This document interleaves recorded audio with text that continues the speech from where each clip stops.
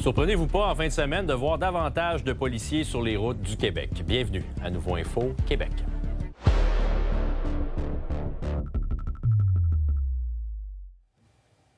Bonsoir tout le monde, bon vendredi, bon début de week-end, peut-être bonne fin de vacances à vous. C'est très possible que ce soit votre cas. C'est déjà la fin des vacances de la construction.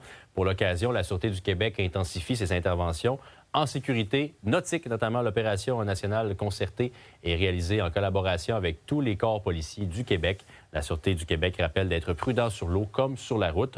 Un reportage de Juliane Perrault.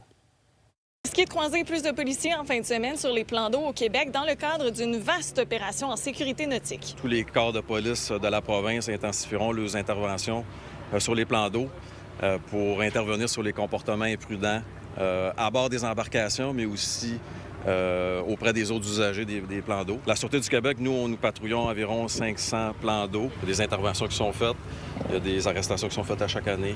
On surveille. Si on fait notre travail policier, là, je vous rassure. La SQ rapporte 18 incidents nautiques mortels impliquant une collision pour l'an dernier.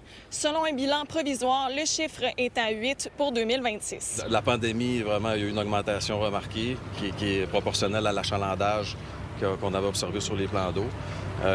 Depuis les dernières années, là, je vous dirais, il y a une baisse, puis c'est assez stable. Là. On aimerait ça que ça continue à baisser. Malgré tout le message qui est fait par rapport au VFI, aux vêtements de flottaison individuelle, il y a encore beaucoup de plaisanciers qui naviguent sans VFI. Dans une embarcation, on recommande vraiment là, de ne pas consommer d'alcool. Puis je le répète, le conducteur est assujetti au code criminel en ce qui concerne la capacité de conduire affaiblie d'une embarcation. Un nouveau phénomène prend aussi de l'ampleur, le bar riding, qui consiste à s'asseoir aux côtés de l'embarcation ou sur la proue alors que le bateau est en mouvement. Donc c'est un comportement qu'on n'aime pas voir parce que s'il arrive un mouvement brusque, causé par une vague ou un mouvement de l'embarcation, bien, la personne qui est à cet endroit-là peut se retrouver en dessous du bateau et être frappée par l'hélice. On peut voir sur les réseaux sociaux, là, ici, on n'aime pas voir ça parce qu'il arrive malheureusement des blessures, parfois des morts. Ce n'est pas seulement sur l'eau qu'on fait de la sensibilisation. La SAAC rappelle d'être prudent au volant. Là, on est au jour 13 des vacances de la construction. On avait eu 17 décès juste pendant les vacances de la construction. C'est beaucoup. Pendant les vacances de la construction, la cause numéro 1 et de loin, c'est la vitesse. Avec 3 décès sur 4 qui sont causés par la vitesse. C'est fou ce que je te dis parce que c'est quelque chose sur lequel on a le contrôle. Tu sais, des fois, on entend un accident de char, comme si ça nous était tombé du ciel puis qu'on pouvait rien. C'est pas un accident quand tu vas trop vite. Je peux déjà vous confirmer que le bilan routier des vacances de la construction, là, va être plus lourd que la moyenne des 5 dernières années, c'est sûr. À Québec, Juliane Perrault pour Nouveau Info. Depuis le mois de janvier, il y a une portion du quai Paquette qui est fermée à cause de signes d'érosion. Et la semaine dernière, la Ville de Lévis a confirmé le pire, c'est que le mur de soutènement du quai a atteint sa fin de vie utile. Et ça, c'est selon un rapport déposé par des experts spécialisés en ouvrages maritimes. Sauf que pendant l'été, il y a beaucoup d'événements, des événements nombreux dans ce secteur-là, comme les Grands Feux L'Auto-Québec qui débutent mardi prochain. Comment est-ce qu'on s'adapte dans ce contexte-là? Voici le reportage de Félix-Antoine Audet. On les attend chaque année, mais il n'en reste plus pour très longtemps. Les Grands Feux L'Auto-Québec arrivent très rapidement. Sauf que pour les amateurs de feux d'artifice de Lévis, il y aura une petite différence sur le quai Paquette cette année. Une grille qui est difficile à manquer et qui couvre 30 du site. Ce qui a nécessité, évidemment, de l'adaptation de la part des Grands Feux L'Auto-Québec. On espérait pour le mieux que le quai Paquette demeure le quai Paquet. Puis on a été rassurés par les gens de la Ville de Lévis que ça restait ouvert. Donc, à partir de ce moment-là, on se met en mode solution, puis on s'arrange pour donner la meilleure édition à nos festivaliers présents sur place. Puis, comme je dis, là, il est tellement grand, il est tellement beau qu'on a beaucoup de différentes options, puis on a réussi à redéployer là, de façon très efficace. Là, on a dû maintenir une zone clôturée par mesure préventive. Toutefois, on le voit, c'est relativement bien intégré, c'est discret, mais surtout, on a fait des efforts avec le promoteur pour s'assurer de maintenir notre capacité d'accueil. On le voit, les fontaines sont toujours en fonction. On a modifié aussi avec le promoteur le plan d'implantation. On va utiliser davantage le stationnement côté Est. On a changé la scène de place, donc la scène est rendue dans un des stationnements. Les activités restent, même que, comme je disais, là, c'est notre 30e anniversaire. On en a remis encore plus. Donc, Donc, à pas manquer. Donc, les activités sont encore là, les tentes, les bars sont là, les food trucks vont être encore là. Donc, franchement, là, quelqu'un qui n'est jamais venu avant, qui vient cette année, là, se dit que c'est encore un superbe événement. On était bien dans nos souliers, on était bien dans nos pantoufles, on aimait déjà le setup qui était en place. Donc, il a fallu y repenser un peu.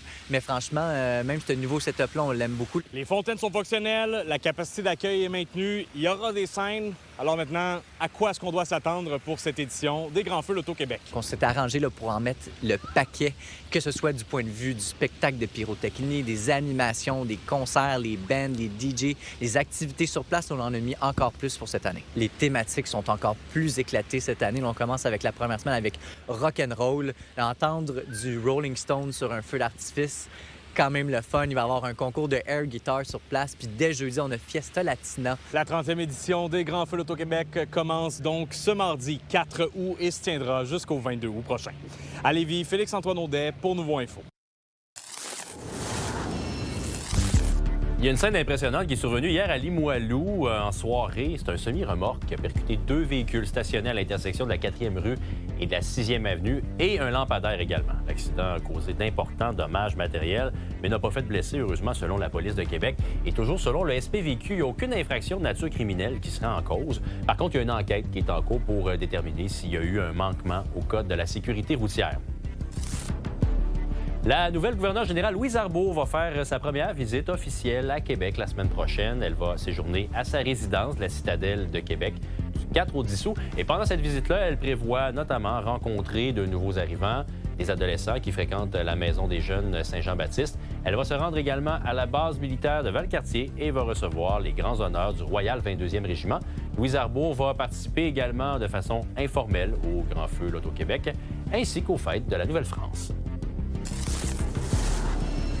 Avez-vous le vertige? Êtes-vous fan de tyrolienne entre les arbres? Il y a quelqu'un sur la Rive-Sud qui veut faire la plus longue tyrolienne au monde. Rien de moins. Il s'appelle Louis Beauregard. C'est le promoteur derrière Ziptopia dans Bellechasse, au Massif du Sud. Bonsoir, Louis. Bonsoir. La plus longue tyrolienne du monde, c'est sérieux, ça, comme projet? Absolument sérieux. Ça fait 5 ans et demi qu'on y travaille. OK. Et en quoi ça consiste? Quelle longueur ça va avoir? 3 km. 3 km. Et pour mettre en contexte, le plus long pont suspendu est ouvert récemment à Istanbul à 2 quelques kilomètres. Alors, 3 km sur un câble d'acier d'à peu près 3/4 de pouce. OK. Et les clients vont atteindre 160 km/h. C'est démentiel. C'est un défi d'ingénierie immense, j'imagine. Ça Absolument. doit être... Oui. C'est juste l'aspect ingénierie a pris des années, à peu près 2-3 ans. Et comme tu le sais, tu as visité Ziptopia, oui. Ça va être proche, ça va être sur le top ça va partir du top de le centre de ski Massif du Sud. Mais oui, l'ingénierie est ridicule. Mais c'est le Massif du Sud qui va contribuer aussi, qui va l'accueillir? Ça va être moi. OK. La vallée du Massif du Sud inclut le centre de ski Massif du Sud et le parc régional Massif du Sud. Mon projet va apporter un nouveau télésiège qui est très nécessaire à la station de ski et le plus long tyrolienne au monde. OK. Bon, j'imagine le premier qui va embarquer dedans. C'est quand même stressant, l'atteinte de 160 km/h comme ça. Il va falloir avoir confiance. Qu'est-ce qui fait qu'on va pouvoir avoir confiance dans le fait de s'embarquer sur une ride de 3 km sur une tyrolienne dans les airs? C'est parce qu'un gars nommé Kevin va faire les tests. Lui, il fait les tests avec un parachute sur le dos pendant des semaines avant que le premier client. Alors, avant qu'il y ait quelqu'un qui paye, c'est Kevin et puis les ingénieurs qui vont faire les tests nécessaires pour s'assurer, évidemment, que tout va bien. Mais ça commence à ce niveau-là. Présentement, la plus longue tyrolienne au Canada, elle est à Colombie-Britannique de 2 km de long. OK. Mais oui, c'est des personnes, évidemment, qui ont beaucoup d'expérience à faire que ça pendant à peu près 3 décennies. On peut s'attendre à ce que ça ouvre quand? Si tout va bien, cet automne, je vais faire les 2 gros blocs de béton. OK. Pendant l'hiver, on va se préparer avec l'acier et le tout pour ériger les tours quelque part en mars et avril. Et les tests auront lieu quelque part en milieu d'été 2027. Pour le télésiège pour la station de ski, ça sera en planification pendant l'hiver avec quelque chose en 2027. Parle-moi un petit peu de Ziptopia aussi, puis du tourisme. Là. On est en plein été. Comment ça se passe? Est-ce que l'achalandage est au rendez-vous? Ça va très bien. On est à notre 3e pleine saison à Ziptopia. Ziptopia est maintenant le plus grand parc de tyroliennes en Amérique du Nord, avec 34 tyroliennes. 34 maintenant? 34 tyroliennes, oui. Il y en avait 16, il n'y en avait pas trop. 34, okay. J'en ai ajouté parce que, au fur et à mesure d'avoir enlevé les harnais des clients, je demandais c'était quoi ton coup de cœur et tout le monde répondait d'être Spider-Man ou Spider-Woman dans les arbres. Alors, j'ai doublé les tyroliennes. Ça va très bien. On commence à se faire connaître. On est sur la rive sud, on est à Bellechasse. Alors, il n'y a pas trop d'aspects, il n'y a pas trop de choses touristiques, mais ça s'améliore, ça continue. Merci beaucoup, Louis. Merci à toi. À bientôt. Bonne...